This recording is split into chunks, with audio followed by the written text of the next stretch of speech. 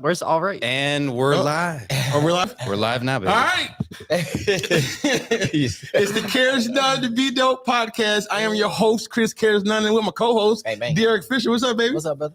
How you doing, man? Fantastically well. Are you Sensational. we're gonna talk about your experience this morning. Yeah, it was a wonderful. We're gonna talk about your experience. Tom, how you doing, man? I'm good. I'm in the build. I got You my good? cam going. Yeah, I'm trying to just get How's everything working business? here, but business is good, Is dude. business booming? I can't. Yeah. Oh, yeah. Yeah. I mean, it's good.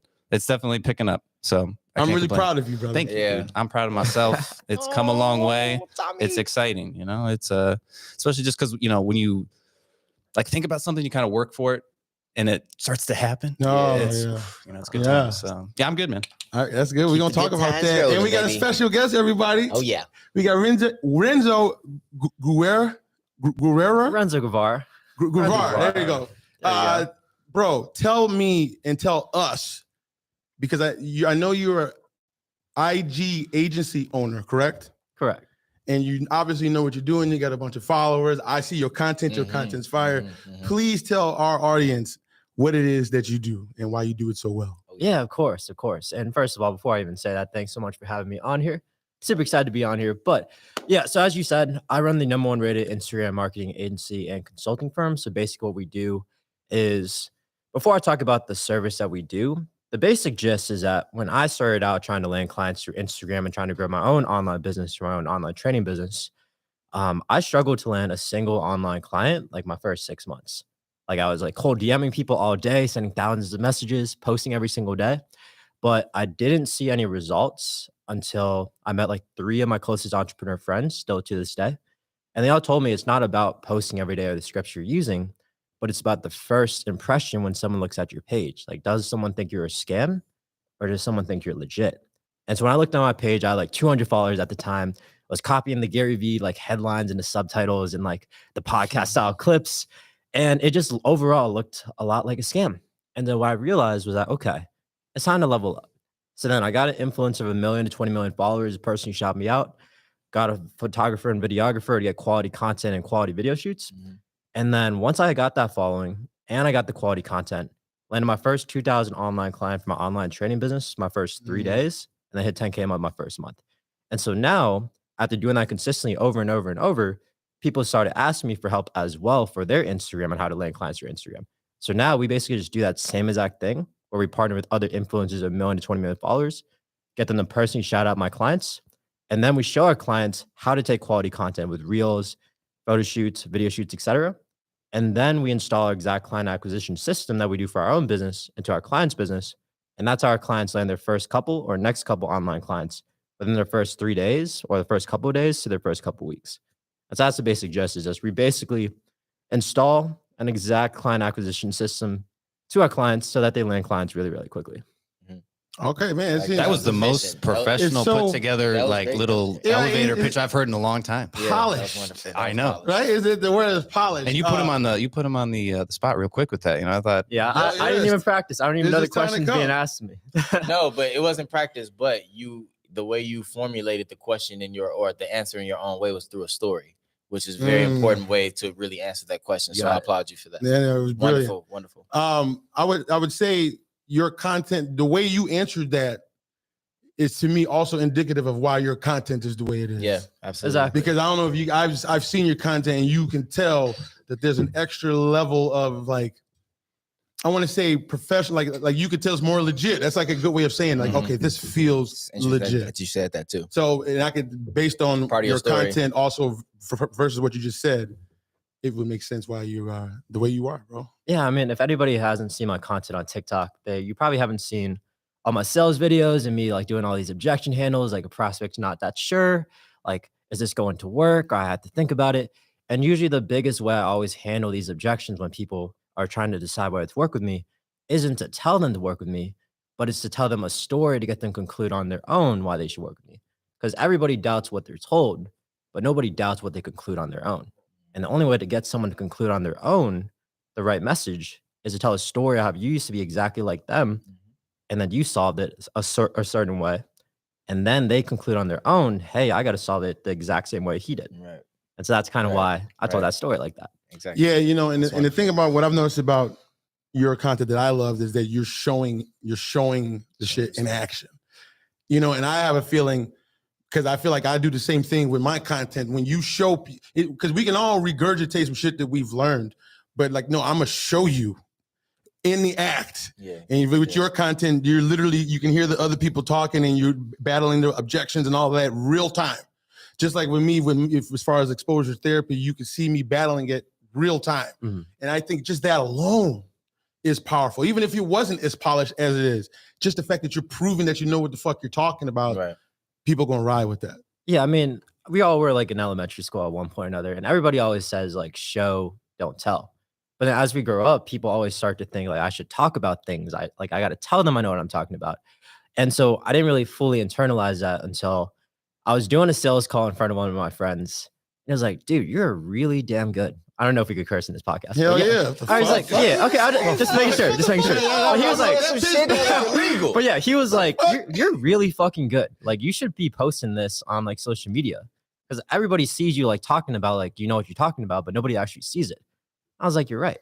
So then I posted one of my first sales videos, and then it got like to this day over 400,000 views. And I'm like, okay, so this is what people want to see on my TikTok, not just me talking, but me showing myself in action. And then once I showed myself in action for like a month or two, then when I started posting speaking videos of me saying I know what I'm talking about, people already believe me because they've seen me do sales videos over and over and over, closing $6,000 deals every single day. Right. It's interesting, man, because I do think that when you show what you can do, that has to hit the hardest. That has to be the most influential, because there's so many people that you do notice when you're swiping that this is a lot of telling us shit, which is cool. There's information in it, but there's something about seeing someone go through the fucking rough and get it. That's just a very beautiful thing. Could you imagine if Amazon was around in these days and you had to watch it grow via social media? Exactly. I feel like we got kind of screwed from the universe by not letting us see the story of Amazon. Whereas now, any kind of business up and come, you're gonna see it growing on social media. Jeff wasn't vlogging, is what you're saying when he was building Amazon. Yeah, that would have been cool. Like even right now, Social like you just didn't know the behind the scenes and shit like you would know nowadays. I feel like the only way people, not the only way, but a lot of the reasons why people are buying now is because they feel like they know the person behind the brand. So like they got to feel like they know you. So just even my suggestion on social media, a good way to grow it is just to tell your personal stories and what the fuck you're going through. And then there's going to people that are going to take little pieces that you wouldn't even think are a big deal of the story. But they'll be like, oh, that's one time you was wearing a pink shirt. And I'm serious, something like that. The fact that it's real, people will connect Identify to those. with it. Yes. And then that's how you get a real following. And that's, I've been doing that shit. And that's how I've got mine, by just being authentic, good and bad too. Right. And because I know by design, social media is kind of like a paint the highlights. Right. But if you could sell like, no, this shit gets real in these streets sometimes, you know what I'm saying? And if you willing to talk about that shit where you got it out the mud, people are gonna relate to that. And that's been working for me. Yeah, I agree. Like a lot of my clients, they always ask me like, why would anybody work with me over anybody else out there? Example, my online trainers, they ask like, why would people work with me over like Kino Body or like King Keto or like anybody else who's like big in the fitness space? Same with my dating coaches, my life coaches, my other agencies, and every other online business needs more clients. The thing is, people don't buy into just the service itself, but they buy into the brand and the person behind it, right? So for me, like there's a reason why I always talk about like how I dropped Microsoft or how I used to go to UVA or I used to play basketball or I'm like huge into like personal development, et cetera. It's because those things apply specifically to me and nobody else. So obviously I know this podcast is more for personal development, but anybody who really wants to grow a brand on social media, That's kind of how we connect. yeah, you got to be talking specifically about your story and what you've done and what separates you from everybody else. And really don't see that as a weakness, but go all in on it and make those your strengths. So even though I don't work for Microsoft anymore, I always talk about it. Why? Because nobody else in my industry worked for Microsoft. And that's what really separates me. You know, it's funny. So you're talking about like so you can get some confidence in the vulnerability. I don't know if anyone's on my email list, but I literally made an email yesterday about that's a good way to get confident is to be vulnerable. If you can be okay with the shit that ain't cool, Right. Which is, I think, takes courage, right? It takes a little courage to tell your story, but if you're willing to, you get a lot of power from that shit. I wanted to ask you personally. So you're a young guy, 22? 22. Yeah. 22. Birthday's in 3 weeks. by Have the you way, but- always had like this kind of entrepreneurial? Like, when did you notice you was gonna get on that, like that whole kind of lifestyle? That's a good question, actually, because I see like kids on TikTok now, like 14 years old, 16 years old, starting entrepreneurship super early. But back when I was a kid, like all the way back when I was like 6 years old, I always just wanted to play basketball, make it to the NBA. And I was like Oh, pretty yeah, much sure. training That's my all of us. entire Who you, my LeBron, entire LeBron, childhood. who do you like? I'm a Kobe fan. But, R.I.P. but yeah, anyways, I didn't really care about entrepreneurs. I didn't even know what entrepreneurship was. Like I always just was playing basketball, working out at like 5 a.m., go to school, get a lift in after school, and then work out again at like 9, 10 p.m. and just do it all over again, trying to, make You my wanna hoop hoop, dreams a right, reality. right. Right. And then So you had work ethic though. yeah, it was just like I had like those work Okay. ethic and that discipline, Kobe. etc. Where'd you Yeah. learn that from? Kobe. Okay, Exactly. That's a good point. That's a great point. He's 'Cause like known for that. I watched like a mentality. Kobe Bryant video on YouTube, and it was like, see, most NBA players, they work out one time at like 10 a.m., finish at 12, eat lunch, get a lift in, and then they work out at like 5 p.m. and then call it a day.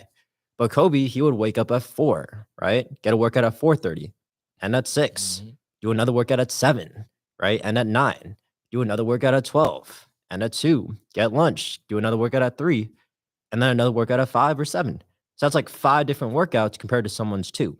And if you do that over a summer, he's already way ahead of the game. And you do that for 10 summers, nobody's going to even come close. And that's why he was like the best in the game. And so when I watched that video, I kind of wanted to do the same thing. Obviously, I was still in high school, still in middle school. So I was always, trying to get at least 3 workouts a day every single day. Only thing was, as I realized my junior and senior year of high school, being a 5'11" Filipino kid, You know Jeremy Lin? yeah, not that fast, not that quick. All I could do was really dribble and shoot, and that was it. I realized, Yeah. I realized I wasn't really going to go anywhere with basketball. And When did you so realize that? I'd say like my junior year of high Junior year. school, because my sophomore year, like I had an excuse for not being that quick or not being able to dunk Yeah, because, yeah, yeah, I was still young. But then junior year and senior year came, and You all my realized. classmates who I was so much better than started getting more athletic, started getting way taller. And there was me still being slow and still being short. And I realized, okay, like if I can only shoot and I can only dribble, but that's it, I'm not really gonna go anywhere. You had this thought. You actively like sat there and had this thought. You have to. Yeah, no, I mean it happened because see, back in my sophomore year of high school, I was the only person in my grade to make it to the varsity team. Everybody else was playing either JV or freshman. This is like my So you whole. This could- is yeah. my story. Right, Like, right, right. I'm listening to him like, damn, this is literally Right, my right. whole life. And then my junior year came, and It's crazy. it's I kid you not, this is the first Swear to preseason God, game. it's exact same. And I'm sitting on the bench because all my other classmates who they were on the JV team the other year and I was on varsity and I was killing it. They all were like surpassing me. Like they were shooting, or I mean, they could dunk. They were way faster. They were playing way better defense than me. And there was me sitting on the bench when I used to be the 6th man of the team the year before. And then after like me getting like 2 minutes that preseason game, I'm like, okay, this might not work out if this keeps going the way it did. And eventually that entire junior year season, nothing changed. It was like I was getting like a minute, 2 minutes. I might not even play the game. And then after that, I was like, if I'm getting benched in high school, there's no way I'm going D1 in college, and there's no way I'm going pro. I see. But- Like the awareness is fire. Yeah, don't worry, guys. Don't worry, guys. So yeah, after my junior, senior year, I realized, okay, I'm not really going anywhere with basketball. But at that time, I still didn't really know what I wanted to do with my life because my whole life was always geared to, I want to make it to the NBA. I want to make millions of dollars playing basketball. It never happened. So then I just went to UVA for my first year of college. So I didn't know what the hell I was doing. And I saw my sister and my dad, they were both engineers, both in coding. So I became a computer science major. And long story short, I got a Microsoft internship, which is great. But I always knew like I was only doing this because I saw like my parents and I saw my sister doing this. And I was just copying That's a them. complete different muscle you get connected to when you're talking athletics versus computer programming. or Exactly. coding. Exactly. But I'll get into how this all ties in together. So yeah, I got a Microsoft internship, but that was my second year. So my first year, I took a class called Intro Psychology, and I didn't even need it. It was an elective. It's always the elective. Always the And electives. I was Fuck struggling mad heavy in that class. Like I was getting consistent like 70s every single test. And you were trying hard? I was trying mad hard. I was studying Oh, for wow. hours a day, Mm. reading the textbooks, studying note cards, but I just couldn't get it.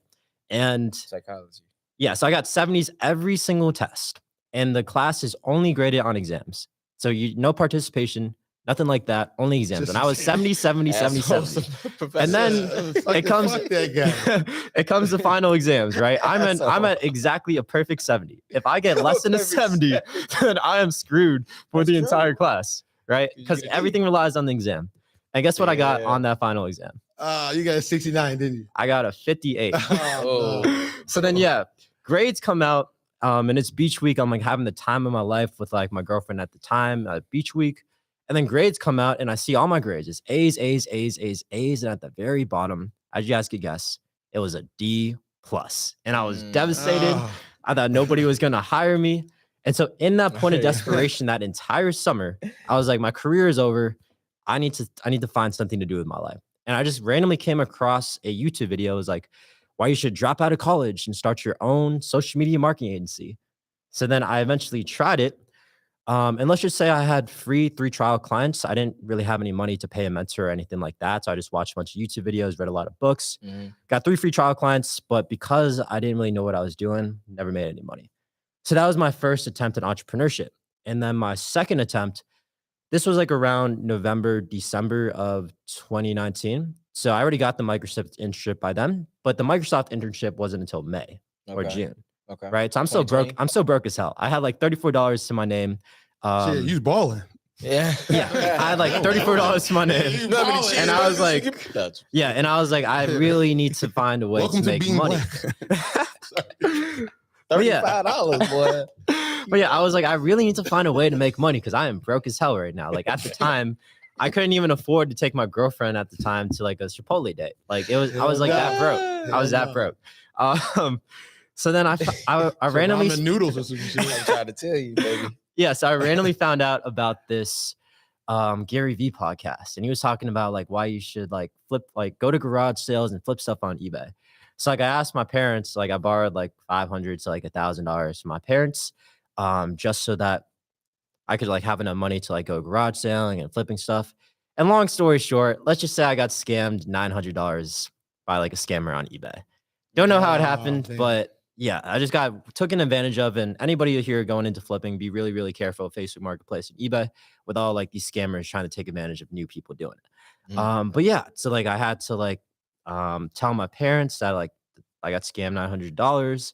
And it was their own money too. So I just felt like shit like that entire time. And like after that, I was like, I'm done with entrepreneurship. What'd they say? Was they like, you motherfucker?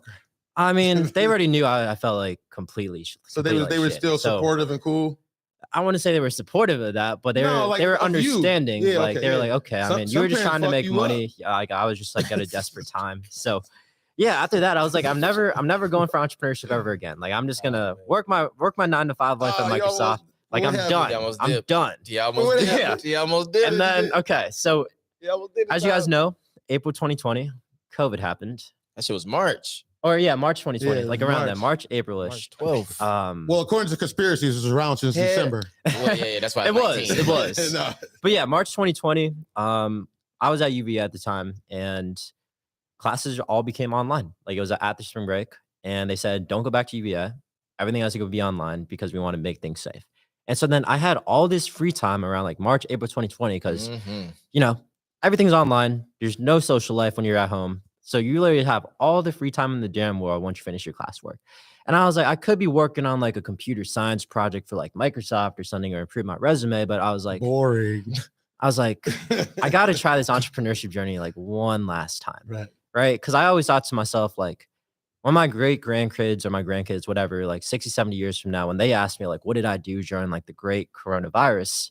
Do I want to tell them I was sitting on like TikTok and Instagram all day just Right. scrolling? Or do I want to tell them like I built a 6-figure or 7-figure some shit online pop. business? Hey, I was Right? just thinking that. And so I was like, I don't With want to Instagram, regret it ironically, though. 60, 70 years from now if I don't go for this one last time.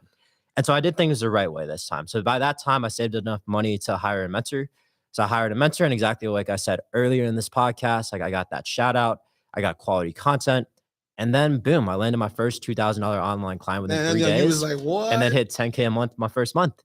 And then soon after, like I said, once I started hitting consistent 10K months with like my online training business and my social media marketing agency, a lot of other people started asking me for help. Like, yo, like you were just in my same position. Like you were struggling mad hard. And now you're landing clients like super easily through Instagram. Like, can you show me how to do that? So then eventually I was helping out people for free for 2 months. This was like July 2020 and August 2020, just helping out a bunch of people completely for free, just through landing clients through Instagram. And a lot of people started getting results, and a lot of people were. And you got to use that as testimonials. Yeah, I had testimonials for days because I worked for free for 2 months. And then around that time as well, I was like, okay, I've worked with over 200 people now, but really only about 20-ish people were actually seeing great results. I was like, how can I get more people to take this seriously? And the thing was, I was doing all of this for free. So now I was like, okay, maybe I got to start charging for all of this and making sure that the people I do work with, they're 100% committed and 100% in. And so that's actually that's around the time that my business partner, Ibrahim, like we were getting really, really close. And y'all were just like, homies? Yeah, we were just homies. We were like entrepreneurship homies. Like it was me, him, and then 2 other guys in like this entrepreneurship group chat. School? No, we just met online. Like we were all like big names. Like by that time, I already had like a decent online presence. So you met through social. Yeah, we met through social. Got you. And yeah, we were all like killing it in our own separate spaces. And by that time, like me and Ibrahim were talking about, yeah, what would happen if we like teamed up and started our own thing? Because he was really good at like service delivery, and he was really good at fulfilling. And I was a lot better at just like acquiring clients and getting people not only to be attracted to my social media, but to convert them into like paying clients. I was like, okay, why don't we team up? You do all the service fulfillment. I'll bring in the clients. And that's when we started Growthology Agency, as you see today. And then we hit 10K a month, like I said, our first month. This was like September 2020. And then around, I believe it was around about a year later, we went from 10,000 a month to 10,000 in a day. I know you like, this shit is wild. And I was like, holy shit, this is a lot of damn money.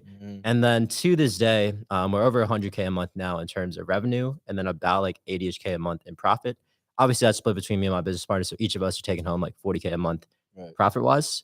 And yeah, because I was making enough money our first year in business, I was able to drop my whole Microsoft career because I let the calculator decide. I was like, I'm making way more money doing what I'm doing, and I love this way more. I don't want to sit behind a desk for like 8-10 hours a day grinding.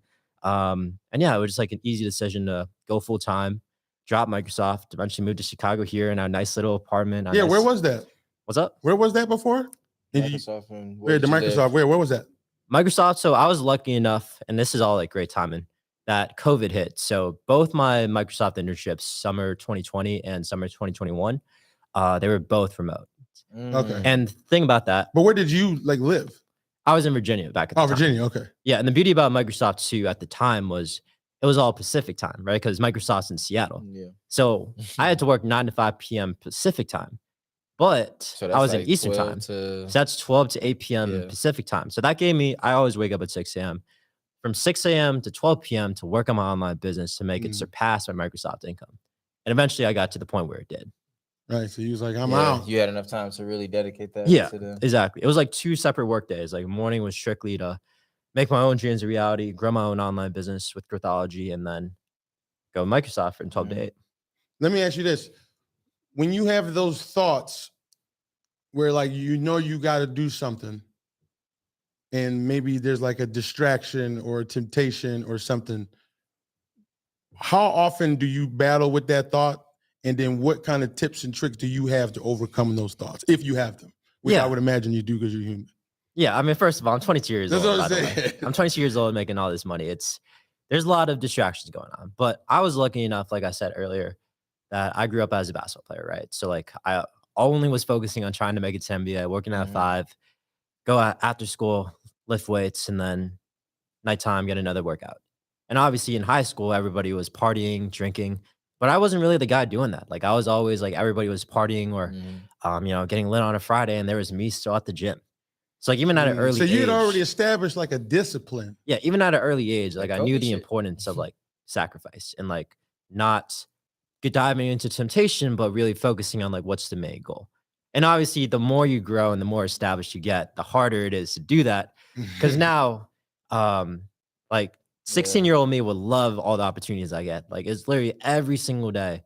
People hit me up for like, hey, do you want to do this podcast? Or hey, do you want to hang out here? Or hey, like I'd love to take you out to dinner here. Or Right. hey, like let's cooler life. go on Yeah. TikTok live now. It's a Like I cooler literally life, have yeah. like so many opportunities every single day of people hitting me up. Right. So And shout out to you guys. I actually, hopped on here to make sure spit some game for you guys podcast. Yeah, But of course. but yeah, Of but course. a lot of these type of invites, like I don't do just because there's so much out there to do, and there's only such a limited amount of time.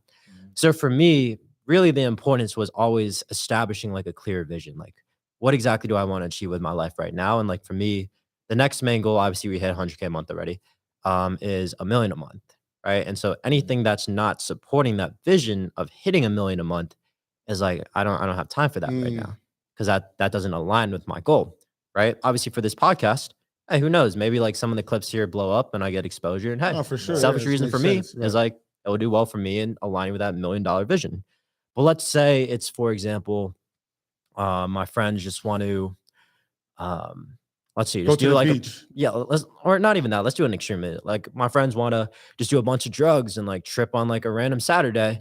Well, I need to work on my business. Like obviously, I'm not going to do that because it doesn't align, right? So for me, the main good thing is like, does it align with the vision? And if not, then I just don't have time for that right now.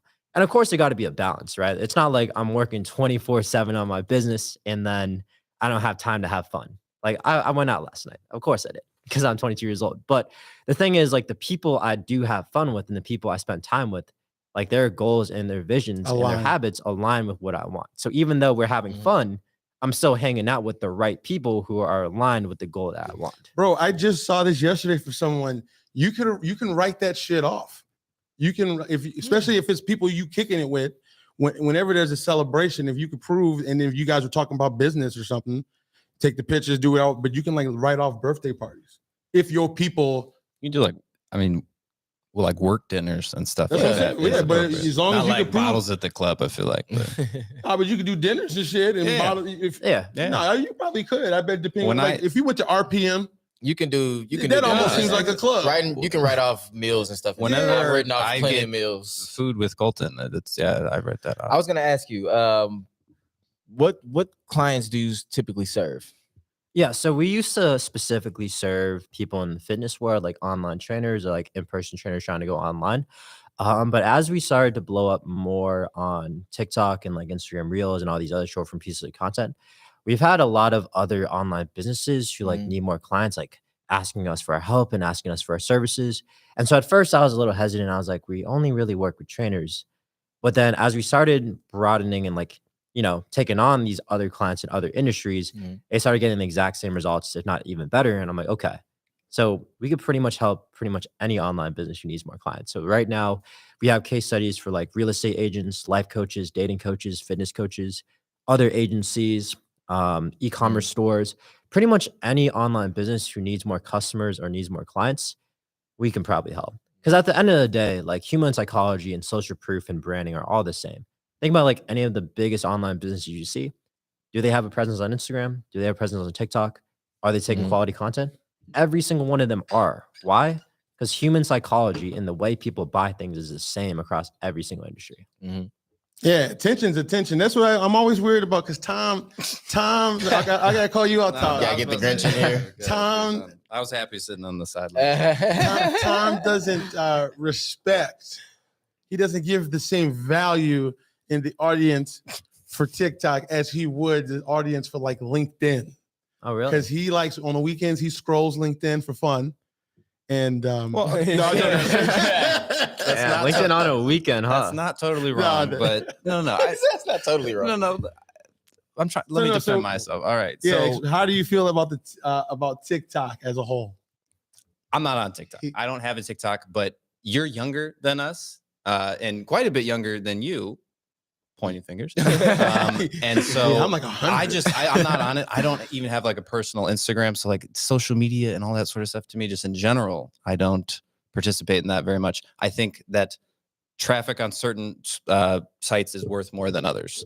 I think, and it depends what industry you're in. But for someone like me, having a big TikTok, I don't know how much that would like really, really help me out. But having a fuck ton of people on LinkedIn at big companies like my shit so I can work with them. Like that's Like how the I IRS. I don't agree with that. See, I at don't, the I don't- IRS do you for agree this with that? shit. See, I used to be exactly like you, right? Because I sell an Instagram service, right? So I was like, okay, my whole audience is on Instagram. Like, obviously, anybody on TikTok, if I got any clients through TikTok, first of all, I thought they were like 16, 14, 18 Yeah, year you olds, think right? they boppers, Completely teeny broke boppers.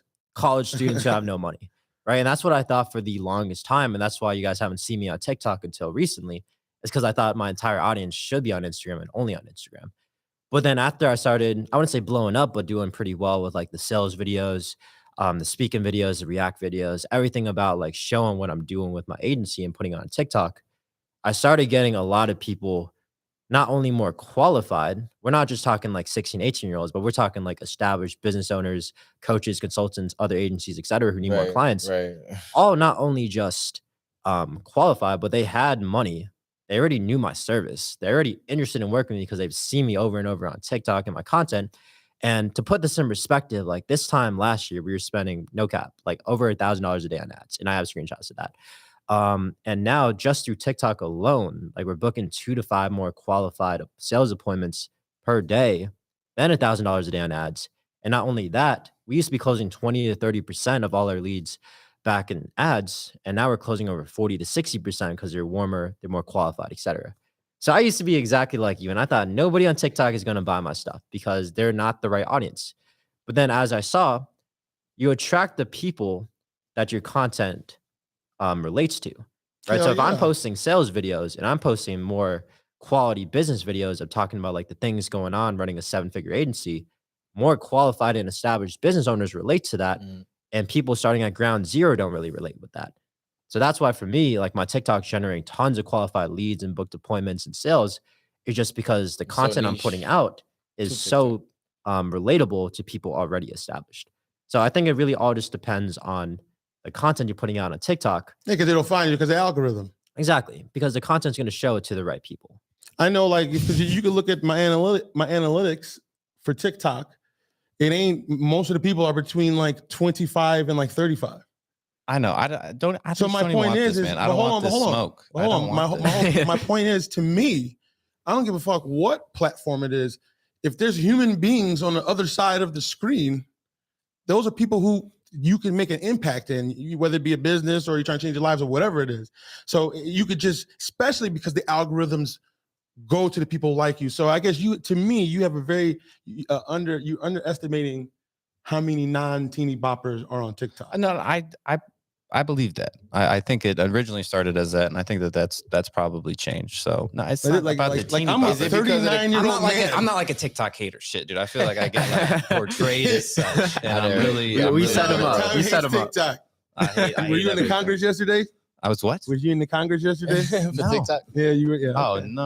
Are you a lobbyist? No. Yeah. No. Hot take. I honestly wouldn't mind either way where TikTok goes, right? If TikTok stays, then cool. I'll be good on TikTok. And if TikTok goes away, let's say it gets banned, but where is all that attention on TikTok going? It's going somewhere. 'Cause I feel like it's going right back to Instagram. And to me, I'm like, okay. I mean, I'm the And you're Instagram already guy. Instagram. It'll help me out even more. So like Or for me, YouTube. yeah, it could be YouTube too. But for me, I'm like, I'm not really too worried about where TikTok Because is you get going. most of your, well, no, you said you're getting a lot of the new shit from TikTok. Yeah, all the new stuff is coming from TikTok, but that's But you just still had because your Instagram shit. But that's just because we're focusing the most on TikTok right now. That's where we're putting all our attention because it has the most virality potential compared to all the other platforms. But let's say for whatever reason TikTok goes away, then where's that attention going? Probably Instagram or YouTube. Right. And if we put all our attention back Or on some new creating AI content on genius. Instagram or YouTube, like we'll be perfectly just fine. Now, so there's a lot of talk. People are talking about deleting any Meta product, so including Facebook and Instagram. So I still think people will obviously filter over, but I see a lot of people saying if TikTok goes, we're not fucking with Instagram or Facebook, almost as like a fuck you, because everyone kind of believes the narrative is Facebook. I'm serious, right? That's I don't see anybody giving that shit up. My point is the narrative is everyone thinks Zuckerberg paid the lobbyists. I'm pretty sure they proved it, that they paid lobbyists to talk to this government. And did you watch any of that shit? Is this about why TikTok's a bad thing? Yeah, it was the TikTok it's congressional hearing. Did you Okay, watch listen, it? Mark Zuckerberg lives in the United States. I would like to think that he is more interested in the U.S. interests than TikTok. TikTok is owned by China, and it's unfortunate, but China is somewhat of like an enemy to the U.S. And so you see it from a different perspective from me. Wait, that's the only perspective I saw it from. Yeah, that's the only perspective I saw too. Is like, Yeah, just America it's just doesn't want Wait, China. are people and, like, their agreeing with business. me here? Oh shit! No, Yeah, I, see, I thought. What did you think? I mean, But also, I know what he's saying. He's saying like Facebook and like all like these American companies are like Does lobbying shiesty to make shit sure too? they destroy TikTok. Of right. course. So, Why so not? you think Because it's TikTok more is the number one towards? Do you think it's app? the other social media platforms, or is it the government? No. I think it's both. I think that if I was Facebook, yeah, I would want TikTok dead. It's their biggest competitor. Right. So But it's convenient. my that point it's is that there's a huge following right now of people saying if TikTok leaves, we are purposefully not fucking with those two. So where are you But going they to go? can't go anywhere. Where are you going to go? there's all kind of apps No, there's popping not. up. I'm telling you, there's one right now for a fact called Clapper. I've never heard of that. No shot. I've never heard of that. This. I'm It's not like gonna- a porn you- website. I'm gonna tell you all this, right? So it's called Clapper. Please put Hey, I'm serious. yeah, don't put .com. Yeah. It's like 2019 TikTok. I'm telling you, I've been posting and it's going fucking crazy, like berserk. At like I got 6,000 followers on there, legit, in like a week. So because people are already, But it's still not. And it's it looks still not identical Zuckerberg to- right now, though. huh? No, It's you still, don't. people still gonna lean on the Zuckerberg product. No, I'm saying, but I'm telling you, there's a lot of people that all these videos that have hundreds and hundreds of thousands are going to find somewhere. And I'm telling you, these young motherfuckers get together, man. They say, no, we're going to, as a matter of fact, the young motherfuckers did something where they like made somebody, they like bought all of Trump's tickets to one of his shows. Mhm. And then like literally all the young cats got together and bought the tickets up. And then no one came to like this Trump rally. Yeah. So my point is that the young cats, if they're all getting together on TikTok and they all believe that you're taking our favorite thing away and everyone believes it's Meta, that's going to be a lot of people that are going to say, fuck Meta. Right. And they're not going to go over there. And I Right. ain't gonna lie, I kind of felt that way. It's like, But I don't feel like it's. Is it that many people that's saying fuck Meta? I mean, I guess it's Is all it- relative because a lot of these videos I'm seeing, they have 150,000 likes. Mhm. Maybe it's fake news from. It could be fake news. Straight fake news. So y'all looked at it as far, okay, I thought it was more like because the government can't necessarily filter. No, it's because TikTok No, it's just- harvests a lot more information Yeah. than they should. Facebook has gotten in trouble for the same shit where they Well, no, take too much of your personal data, but so TikTok is the worst. you didn't watch. I think you're saying that and you don't actually know the truth. I do know the truth. 'Cause did you watch What the did hearing? I feel like we all watch the same thing, and I'm not even in TikTok life. And I feel like I'm more So up on this. did you watch that hearing yesterday? No, I did not watch the hearing though. I did Okay, not. so you what didn't hear say? it from the horse's I didn't. mouth. Then tell me. No, I'm not. On my point is, a lot of people, is that propaganda that what you've been told, and or have you heard it from the horse's mouth? Where did you hear that information about this China shit? Where have you heard that? I have not done the research. That's on my point. Okay, but okay, I is this have going a to be like feeling- a trusting the media kind of deal? Well, Because first of all, do you trust the media? on Like topics you trust like CNN? listen, I don't know how to go into the back end of TikTok and look at like what sort of information they're harvesting. When I trust smart people that do computer shit, being like, yeah, these apps are sketchy. I do trust that. I'm not like blankly trusting news networks for no reason, but like, So my point, honest mean- question: do you trust CNN? not more or less than any other news network. I See, don't to know. me personally, I don't like fucking with the news like that because I feel like they filter it.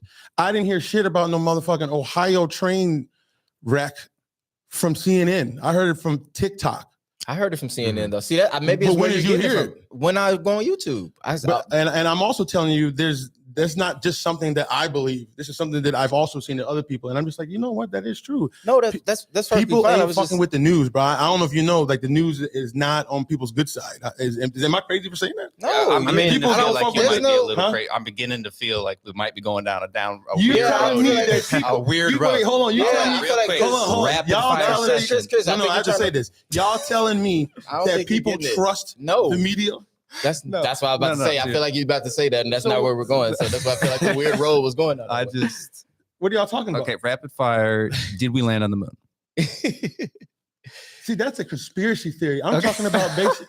No, I'm serious. I'm No, talking not about here. I basic hear you. shit. I'm teasing. I don't Think think about anyone it. here is like the media is the best, most perfect No, source of it- information. no, like we're not saying that at all. everybody's My point on is the same page. I would imagine if you're the government, and TikTok, ironically, is the one thing that gives us the most free speech in this country, and the government's trying to stop that. bipartisanship. They don't get bipartisanship for nothing. They don't get bipartisanship for motherfuckers dying. They don't get bipartisanship for motherfuckers going to war. It's always split in the middle. But the one thing that they fucking come together on is data from an app. And what's the one thing that TikTok gives us the best is a motherfucking voice. And then it's easy to find your people because the algorithm is so great. So then you get together in groups of the same like-minded people. Of course the government don't want that shit. Bipartisan, they don't get bipartisan for nothing. Literally, it's always in the middle for everything. But not for this one. Yeah, let's fuck these Nah, man, you don't see that? So to me, it's like extremely obvious that that's going to be at least some part of why the government wants them out. Is it so a free speech? And they probably thing? not getting their money off of it too. Probably not. That's probably what it really. We ain't got our hand in the pocket. No, but I really believe that, man. I feel like I've learned more from TikTok than like definitely from high school. I feel like I've learned more about life from fucking because I'll see somebody on here and then I'll go do my own research and then all day it's a whole new world of shit I didn't even think about. I feel like I've learned way more from it's just social media in general than school. Am I crazy for that? I think it depends on the platform you're using. Like for me, I'm a part of Money TikTok in terms of like the content I put out. Everybody correlates me with Money TikTok, but for me on TikTok, my content has nothing to do with Money TikTok at all. It's literally just full transparency. It is hot girls, basketball, and other podcasts like this. So for me, if I go on TikTok, I'm not gonna be learning anything like crazy, but that's what YouTube is for me. It's like for me, like I've learned a lot more through like YouTube and like YouTube Shorts, etc., than example high school or college. But I will say though, if we're talking about the news, I'm not actively going to my news app looking for information. Like if I find out about news, it's usually through TikTok because I trust TikTok more with like the authenticity. That's what it's I like mean. Other users putting it out compared to like the media putting out. So there's no filter for me. Like I relate more with the perspective of like these TikTok users going through the news than the media portraying the news. Right, because then at least then you can make up your own mind, right? Like you can see if a person is in Ohio and they got their phone and they like, look, man, the water's fucked up. I'm dying, and I'm proving it to you versus the way the media. Agree. I will agree with you. I will fuck just like the same principle as like Wikipedia. You kind of you almost even though we can all go in there and fuck with it, but don't you kind of trust Wikipedia for a lot of your information? Absolutely, I trust Wikipedia, and that comes down to just the people, right? If I'm not mistaken, the Wikipedia is by the people. There's no like, or is that not true? No, I think I'm pretty sure that's true. What about? Oh, how about this? Which is a kind of a segue about Chat GPT. How y'all feel about Chat GPT? Like for me, we've talked about this. I know. I want to see what you think. For me, well, I mean, what industry are we talking about here, or just like in general? Just in general, the technology of AI. I think for me, as like a computer science guy, we studied computer science back in Virginia. I think it's really, really cool, like to have the ability to just not even like use Google or like, user generated content, but have like a machine like do it for you. What I will say though, is I think it will be pretty dangerous like in a couple of years because as the machine keeps developing and continues, being the best version of its specific use, I think it will get to the point where people will start paying for like access to it because it'll be so valuable. Example, like right now, AI can't show you how to build a 7-figure business. Like that's not real yet.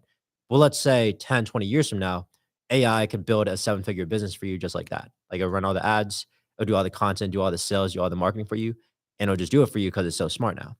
So now whoever owns that piece or that specific software, that specific AI is going to be rich as hell.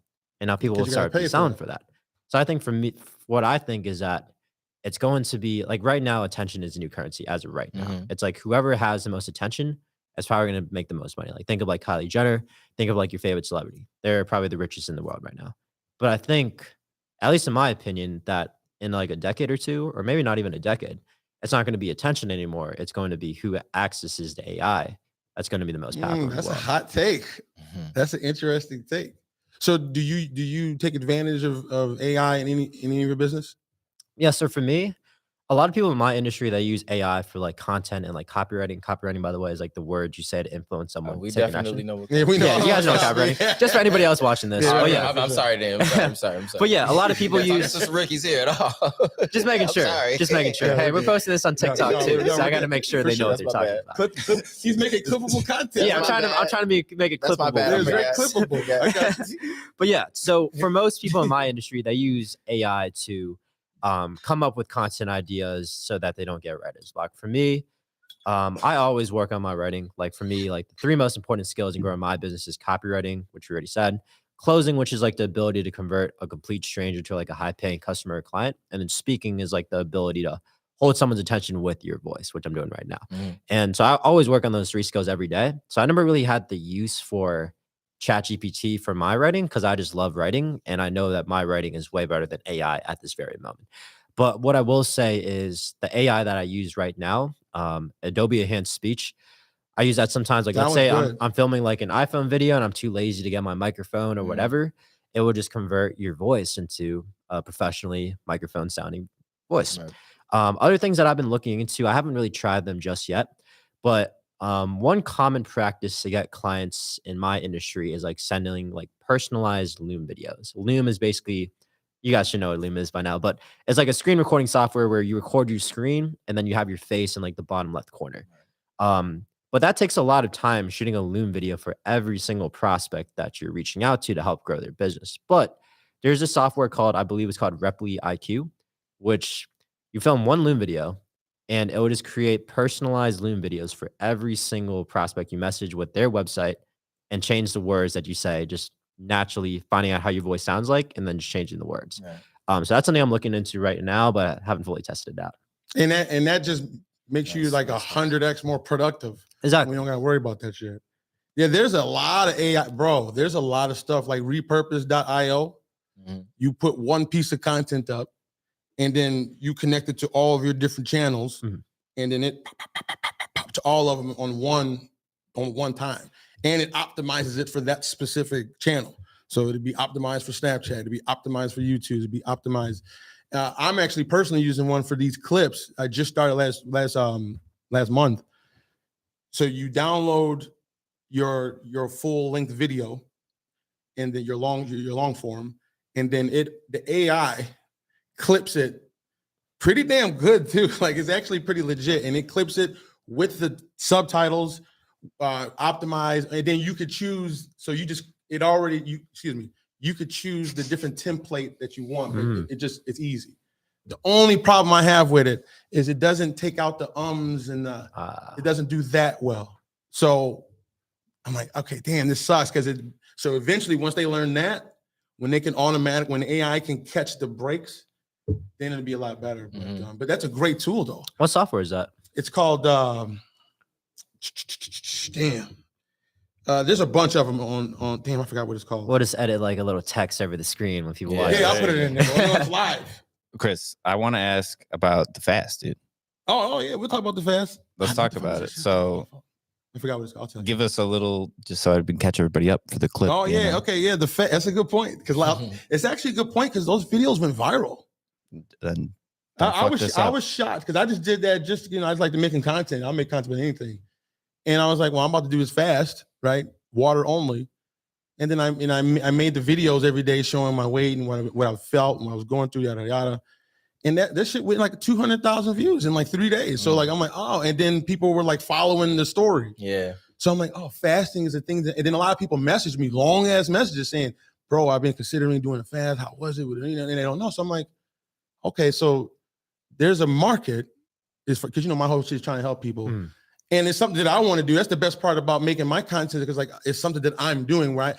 I used to do comedy, and the problem what was hard with making comedy sketches is you have to come up with ideas.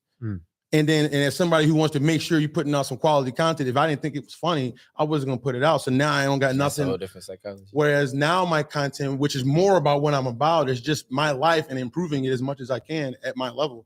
It's easier to make that content. So anyway, so I'm talking about this fast, and for the record, the reason why I did it had nothing to do with weight loss. I just know that's a byproduct of it. It had nothing. God bless you. It had nothing to do with weight loss. It was a mental challenge for me because I have a very, very poor relationship with food. Always have, right? And we talked about this, but I want to tell you, Renzo, had a very poor relationship with food. And I was on 75 hard, right? So you can't eat like bullshit. But how I got around that, if I'm being honest, is I would, because I didn't set the specific goal like 2000. I didn't set that in the beginning. It was don't do cheat meals. So nuts. You can overdo the fuck out of nuts. You know what I'm saying? Eat granola. Granola is damn near candy, right? So I would take a couple more handfuls of that. So if I'm being honest, that's cheating. I felt like I don't think I completed it like I did the first time. Long story short, I'm like, I got to get a control of my thoughts, because why am I just grabbing, you know, I'm trying to work on it. Why am my first thought is to go get more when I'm not even hungry. So let me do a fast to try to just fight that demon for a little bit. So that's why I did the fast. And also it helps with it's called autophagy. So once I get this off the table, it's called autophagy. So after a certain amount of days, your blood cells start to eat at the shitty damaged blood cells and, you know, kind of cleanse your body out.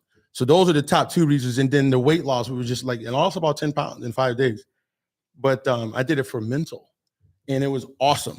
It's awesome. And it's not what you think. It's not, you wouldn't be like, if you went your third day, you're like not hungry at all. I believe that. I've seen some videos and content. Yeah, I watched Mr. Beast's video on how he did. Like, how long did he go? Fast. I think he tried to go for 14 days, but he had a video with Gordon Ramsay, and Gordon Ramsay made him eat some food around like day 11. Day 11? But yeah, he said first couple days were hard, and then around like day 5 to day 7-ish, he didn't even feel like eating. And then around you almost get to a point where you're like, yeah, you're just numb to food at that point. And then around like day 12 or day 10, 11, it got hard again. And then obviously Gordon Ramsay pressured him to eat. And then he had to eat. So I'm about to do a 7-day. I'm going 7 because I really feel like I could have. You don't need to gap that at all? They just, why not? I don't know. No, I mean, from all the research I've seen, a lot of people say you should fast all the time. That's great. I've heard that from a lot of different people, and I'm telling you, like, just for the cleansing of your body purposes. Yeah, but how often is that like two I mean, there's times people a that year? go 12, 30. I've seen some went 40 days. Bro, that shit's not healthy. See, that's the thing. 40 days? Everyone says that. 40 days? Come on. Maybe not the 40, but fasting is extremely healthy. And they've been doing that shit for thousands and thousands and thousands of years. Fasting isn't not eating for 40 days? Not 40. That's the extreme. That's what I don't even know for a fact. That's my point is talking about. It's a difference. But here's my point. Is a doctor going to tell you to fast? Is a doctor going to tell you to fast? Man. I know. Dude, they're going to tell you to eat your 3 meals, eat 2 snacks, and then eat on this damn... Am I crazy? No. But yeah, actually a little bit. Tell me the difference, dude, fasting a couple of days, a couple of days, no problem. I get that. You're like 40 days. Once again, I don't know if you're not listening. I said that was bad. That was extreme. It was extreme. But I'm saying, 40 days but is you talked about the distance in between my fasts. That's what you were talking about. What's that? You were talking about the space in between my fasts. I just thought, I'm not a doctor. I have no idea, but I would guess that I would assume that like if you fast for 5 days, that's probably like, yeah, you should, eat for a couple more days. Like, I don't know, give it a little bit of a break. But if not, if you've done the research, it's been like 2 weeks. Oh, well, then maybe just posting the stuff late. It's been 2 weeks since. Like a week and a half, yeah. All right, well, dude, if you've done, that's all I was saying. I've done a lot of research on this because, like, to me, and again, I had never went 1 day in my life. And I'm like, I could not figure out why I cannot go 1 day, right? You got to have 3 meals. I got to get my 3 meals. That's my whole, I feel like that's what they teach you. Breakfast, lunch, dinner, have a couple snacks. It at least be healthy. So it's like and it makes sense that would be some type of a propaganda because you want people, because that's business. And there's a lot of money probably in food, I would imagine. So you want people, why do we have to have breakfast for breakfast? Think about that. According to who? It's all a marketing tactic. It's a marketing Think about tactic. every breakfast food. Is it not? I gotta remember. But then think about, I'm going to go into this actually. But think about every breakfast food though. It's always like waffles or like Eggos or cereal. Like every breakfast food isn't actually like whole food like you get from nature. It's always like a company's food. So for me, I think breakfast is just all like a marketing tactic to make more sales in the food industry. It is. How is it? Think about it. Why do you know to eat breakfast for breakfast? Why is that even a thing? How do you even know that that's a thing that you can think? It's because you've been programmed to think that you eat breakfast shit for. That's clearly generations, centuries of fucking people wake up in the morning. Yeah, I think it's more of a wake up and your body needs food. So why does it have to be pancakes and eggs and it can't be? So if you're talking about the product, that's I agree. All products are going to be made by. That's what I'm talking about. Okay, we're talking products, but we're talking human form and eating food. Then yes, people typically need a breakfast when they wake up. Egg and waffles are not a good. Well, my point is why do you feel like that they need that? Because normally, typically with the human body, when you wake up and you start your day, you're going to need some type of nourishment to help you to gain enough energy to start your day. So that's typically how the animal world goes. I believe that is false. If we're talking about the animal or caveman world, if you think about it, it's not a caveman world. I'm sorry. Yeah, I'm just saying, but like back in like our truest like natural forms, back when like we were all cavemen, food goes bad overnight, right? So like when you wake up, you're not going to have any food stored right now. Like you got to go hunt, you got to go find food, you got to hunt these animals, cook it, and then eat it. And that's not all the way true though, because people still learn how to salt their foods and whatnot and preserve them. I'm talking in our most natural, like we're talking like prehistoric times. I'm an anthropologist and I studied this stuff. So what I'm saying is they still smoke these things and they still had to salt them and whatnot. They still preserve their food. So you're saying that from the very beginning. So stuff didn't just, when we started becoming hunters, they learned how to preserve along with hunting. So stuff didn't just go bad overnight. They were hunters and gatherers, so they got enough of what they could, but it wasn't just going bad overnight. See, I wasn't even going with the overnight. My whole thing was, what if you don't catch shit for 2 days? You might. What if Big Papa Bear didn't catch nothing for 2 days? It's the real world out here. You might not catch nothing. So then your body doesn't necessarily have to eat every single day because your body is really good at storing fat. Are we back to fasting? Like nobody's got a problem we're on with fasting. That's what we're talking about. What's so bad? I think Tom's uncomfortable. Well, I just can't do the whole like breakfast is like a marketing ploy. Like I just can't.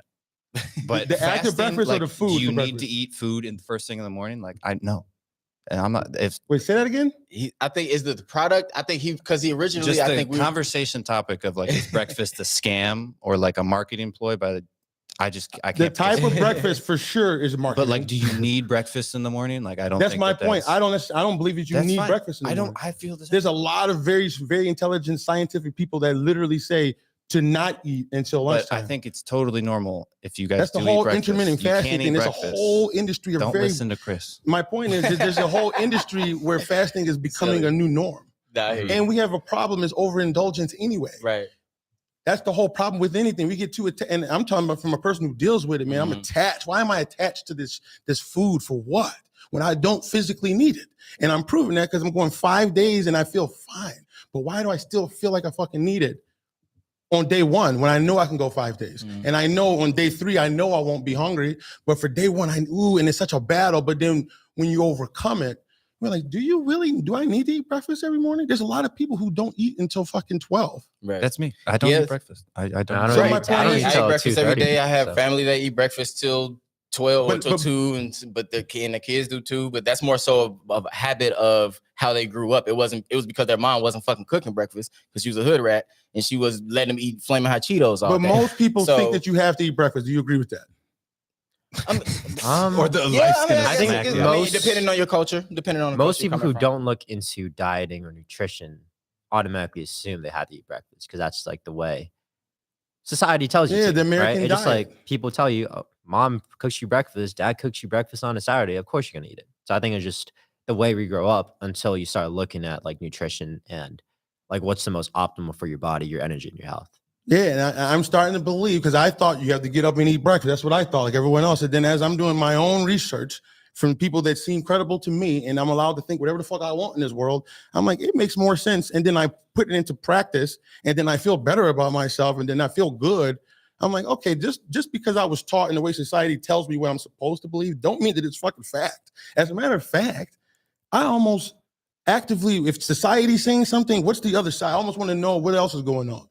Because like, okay, what else is going on? Because I feel like society will fuck you up a lot. At least me. And as far as my content and my people, I know we're getting late. People follow me because they see me getting over the fear of other people's opinions, right?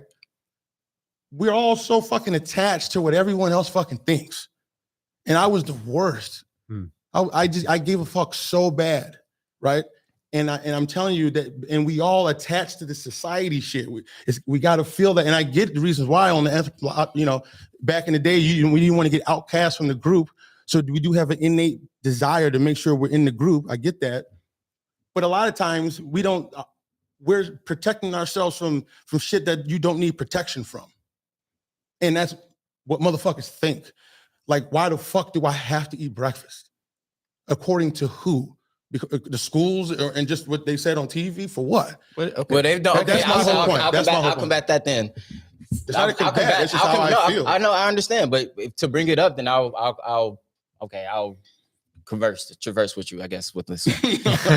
I'm trying to figure something besides. We know what you're saying. Okay, thank you. So it's like maybe how about this? Maybe they've done studies scientifically, as you said, that proves that would help a kid to have a morning breakfast before school or something like that.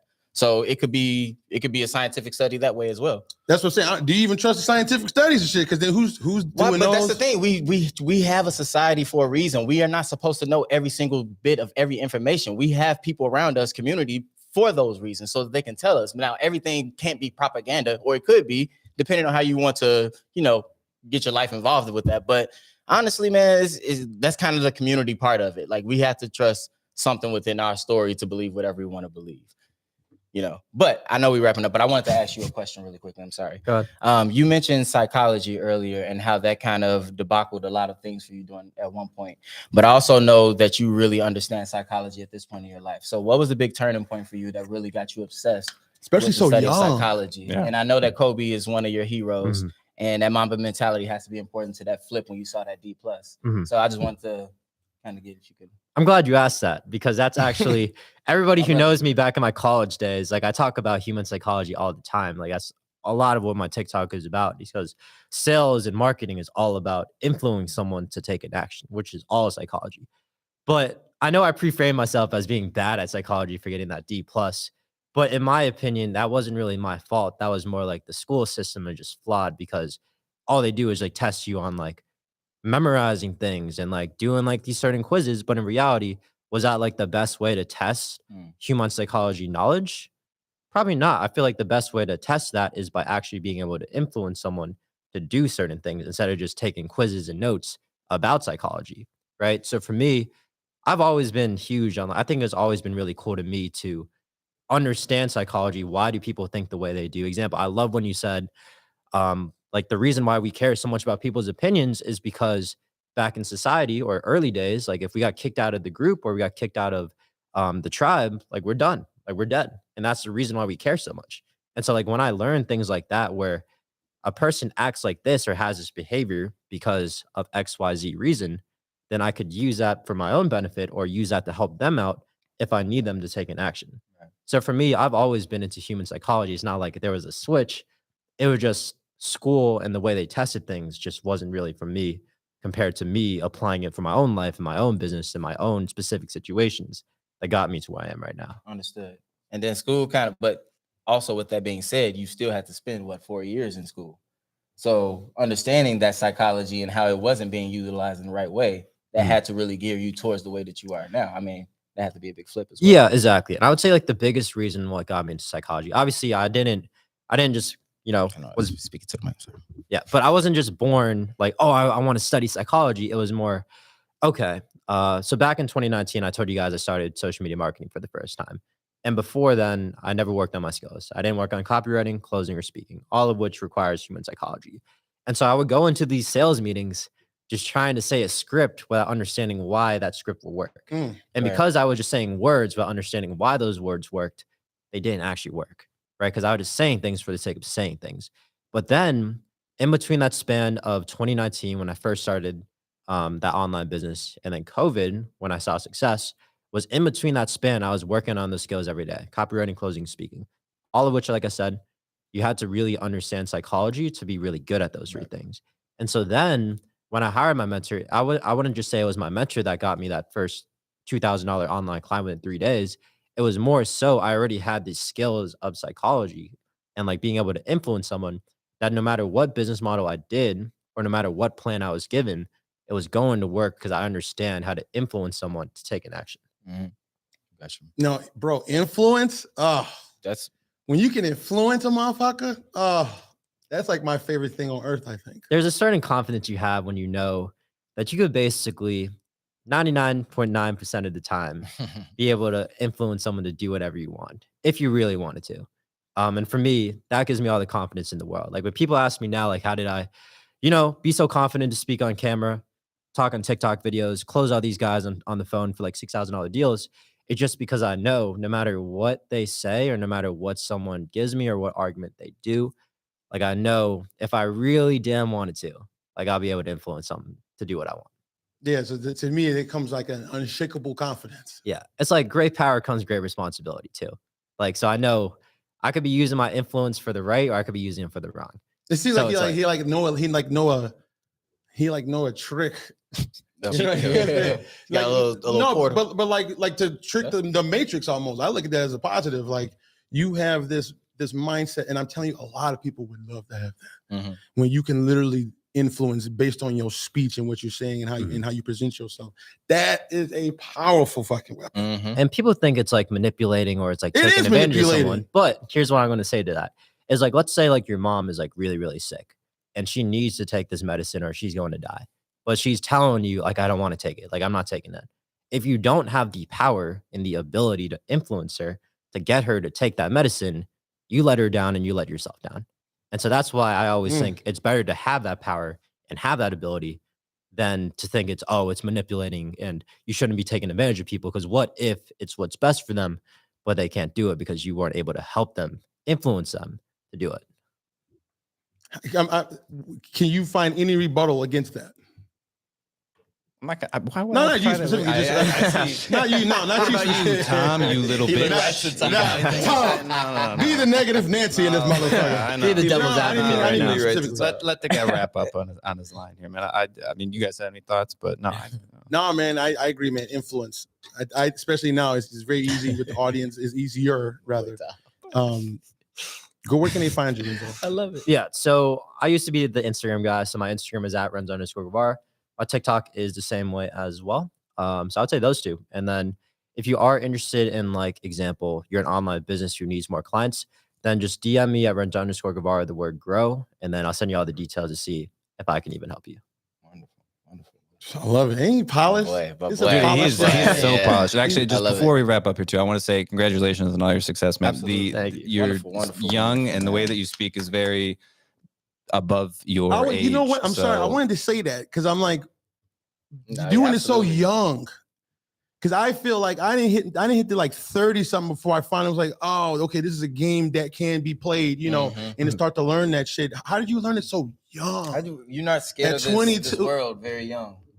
I think for me, it's all just like a perspective game, right? Because obviously I'm 22 and I'd like to say I'm doing well, but at the same time, example, like a guy in my industry and like Iman Ghazi, like he's not making $1 million a year. Homie's making like 8 figures a year, almost close to 9 figures a year. And then there's other guys like 15 and 16 years old making 6 figures, 7 figures a year, right? So for me, it's all like a relative game. So I wouldn't really consider myself early. It's just more everybody has their own different path that they went through. But if we're talking about specifically, hold on. Yeah. Your entrepreneurial self-development mindset is very early. You are ahead of the game. They are by too. A long shot. They are too. Don't get me wrong. I get you shouting them out. But I'm talking about me. I didn't really hit. I didn't hit the ground running until I was like 27. But yeah, if we're talking, it's still not too late. Just start, now. But you doing it so young is awesome. Yeah, if we're talking like specifically like concrete things that I did, think about it like in basketball. Like you don't just randomly shoot like Steph Curry like your first day. You don't just dribble like Kyrie like your first day. Like you got to practice every single day. And that's what I loved about entrepreneurship once I found out about those 3 skills, copywriting, closing, speaking, is like you don't just get good at those skills in one day. Like I've been working on these skills every single day, first thing in the morning, like when I was in college, first thing in the morning before class, or in business now, first thing in the morning before I take all my calls and my meetings. Like I've been working on these skills every single day. And that's why you see me talking like this right now and using the words I'm using right now. And on TikTok, closing these $6,000 deals every single day is because you watch the shit. I'm like, damn, niggas know what he's talking about. It's because it's all just skills. It's like ball handling drills or like shooting drills in basketball. If you work on those things every single day and not only work on them, but apply them, like example in basketball, you have to play the game to get better at those skills in a real game. If you apply them in business, like example, me speaking, working on my speaking skills on this podcast, Working on my closing skills by hopping on the phone and closing $6,000 deals. Working on my copywriting by, making sure my scripts on TikTok get those views, right? Applying those things every single day and working on that every single day, you're bound to get good, which is kind of the way I am right now. There you go, baby. I love it. Yeah, wonderful. I love it. Derek, where can they find you, man? You can find me at prettycoolposes.com. Also de3ric.tv on Instagram. Same for Pretty Cool Poses, also for TikTok. And I didn't get to talk about my interesting date today, but for another time. we'll go on live. We'll talk about it later.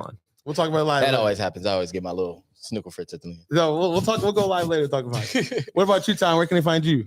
ChicagoPodcast.studio. And I didn't compliment your hair today either. oh, okay. I like your hair. I appreciate It looks good. You got that little shadow, that little, I like you. I appreciate that, baby.